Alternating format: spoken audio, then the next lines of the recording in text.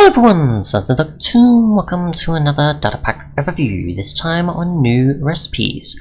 A Datapack that simply adds in recipes for certain things you usually can't craft, or a few other ways to go about crafting certain things, with things like sugarcane and chorus fruit, or pop chorus fruit specifically.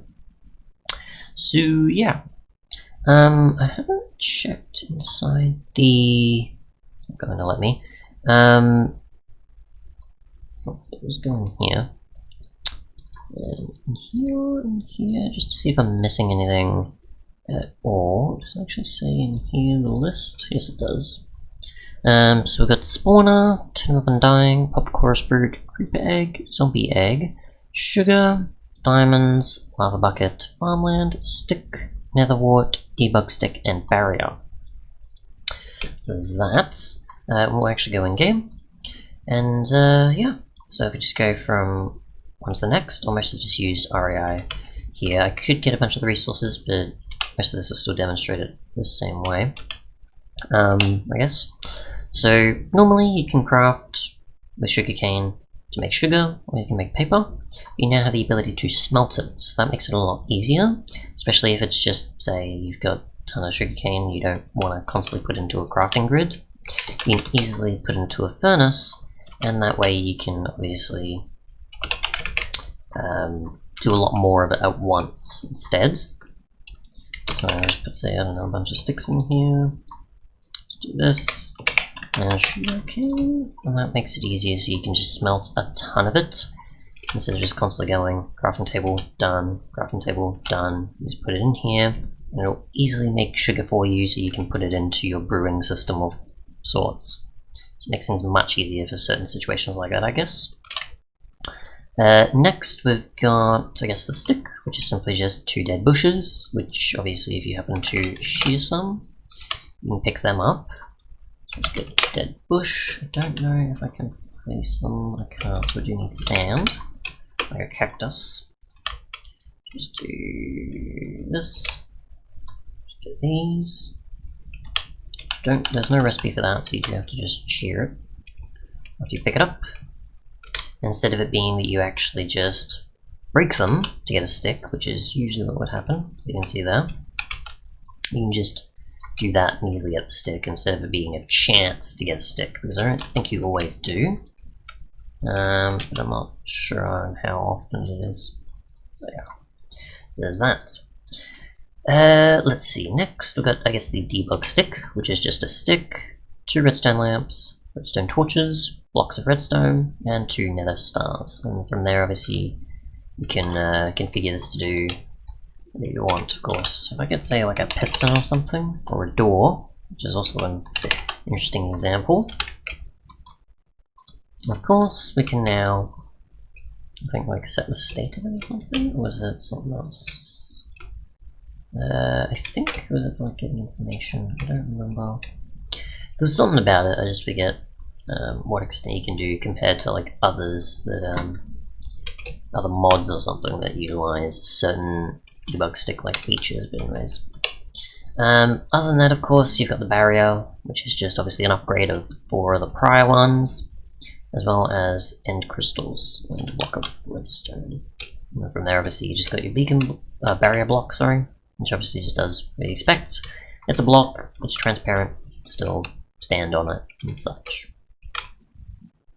I don't think there's a way to get it back, obviously, like bedrock though, so best to not really do too much with it unless there's maybe that you can tweak it to still be accessible, because otherwise, of course, you have to go into creative, because its functionality has not changed, just you can now craft it. Otherwise, we'll just go do that. Let's see, we'll go to pop chorus fruit, which can now be made with a chorus fruit and a torch, so you don't have to constantly smelt it and wait for that process. So there's that. It's kind of a reverse of the sugarcane, but with chorus fruit. Let's see, we've got the totem, which is simply made like so, with 3 blocks of gold, block of diamond, and emeralds. There's also an upgradable, well, next path of crafting, which is the creeper egg, zombie egg, and the spawner. So if you want to make it the spawner, instead of it being, do you need like a mod to silk touch? Usually, because you can't silk touch these on their own, then you can obviously do that. And once you have the zombie egg or the creeper egg, once you have access to the heads, which there is no recipe for the heads in the starter pack, so you still have to acquire these via the typical means you can, which I think is probably... it's either really good with looting or lightning or some other type of thing, I'm not sure. At least for a creeper, I think it's like when you kill a charge creeper or something, I don't remember. Then yeah, you can use these obviously just as normal, or you could use them to set the spawner, of course.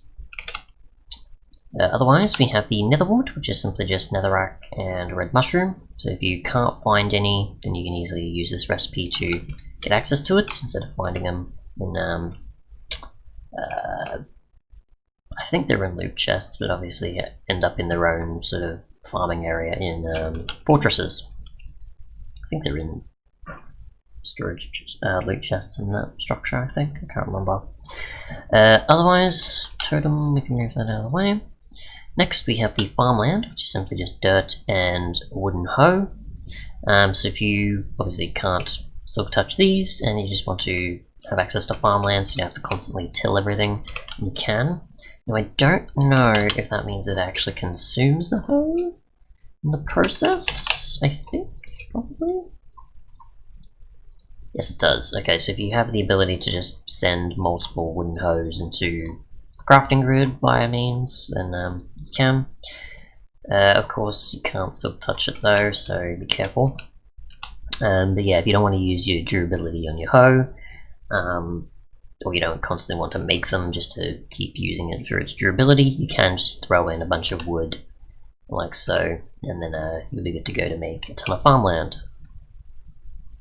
Otherwise, we have lava, which is simply just a bucket, netherrack, and flint and steel, like so. So you can easily get access to it instead of constantly going to the nether or in caves in the overworld to get access to lava, or the lava pits that you occasionally find, like over there.